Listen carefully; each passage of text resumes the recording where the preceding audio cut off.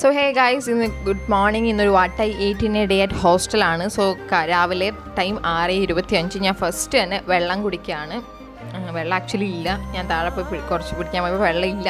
അതുകൊണ്ട് ഞാൻ ഉള്ള വെള്ളം പിടിച്ചിട്ട് വന്നിട്ട് ഞാൻ കുടിക്കുകയാണ് രാവിലെ തന്നെ. ദെൻ ഞങ്ങൾ ബ്രേക്ക്ഫാസ്റ്റ് കഴിക്കാൻ പോയി ഹോസ്റ്റലിൽ. ഇന്നേക്ക് മോർണിംഗ് ബ്രേക്ക്ഫാസ്റ്റ് ഇറ്റ്സ് നൂഡിൽസ് എന്ന് വിചാരിക്കുമ്പോൾ നിങ്ങൾ വിചാരിക്കും ഓ വാവ്, അങ്ങനെയല്ല. പക്ഷേ ഈ നൂഡിൽസിലുള്ള ഇൻഗ്രീഡിയൻസ് ഉണ്ടെങ്കിൽ നിങ്ങൾ തന്നെ ഞെട്ടും.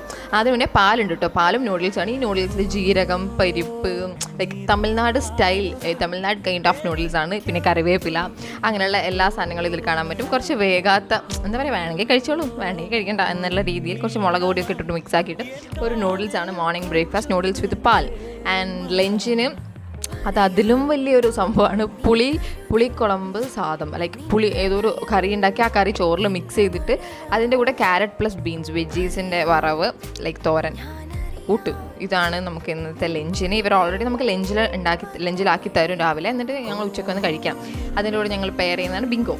ആൻഡ് നൈറ്റിൽ ഞങ്ങൾക്കുള്ളതാണ് ഇറ്റ്സ് പൊറോട്ട പ്ലസ് എന്താ, ഞങ്ങൾക്ക് വെജ് കുറുമ എന്നാണ് പറഞ്ഞത്. പക്ഷേ അതിൽ ചിക്കൻ്റെ പീസൊക്കെ കിട്ടി. ലൈറ്റായിട്ടൊരു ചിക്കൻ്റെ പീസ്, അങ്ങനെ എന്തൊക്കെയോ പീസുകൾ അതിലുണ്ട്. ലൈക്ക് ഐ തിങ്ക് ഒരു ചിക്കൻ കുറുമ പോലെയാണ് തോന്നുന്നുണ്ട്. സോ ഞാൻ 3 പൊറോട്ടയും ചിക്കൻ കുറുമയും എടുത്തു. പക്ഷേ 2 പൊറോട്ട കഴിക്കാൻ പറ്റുള്ളൂ.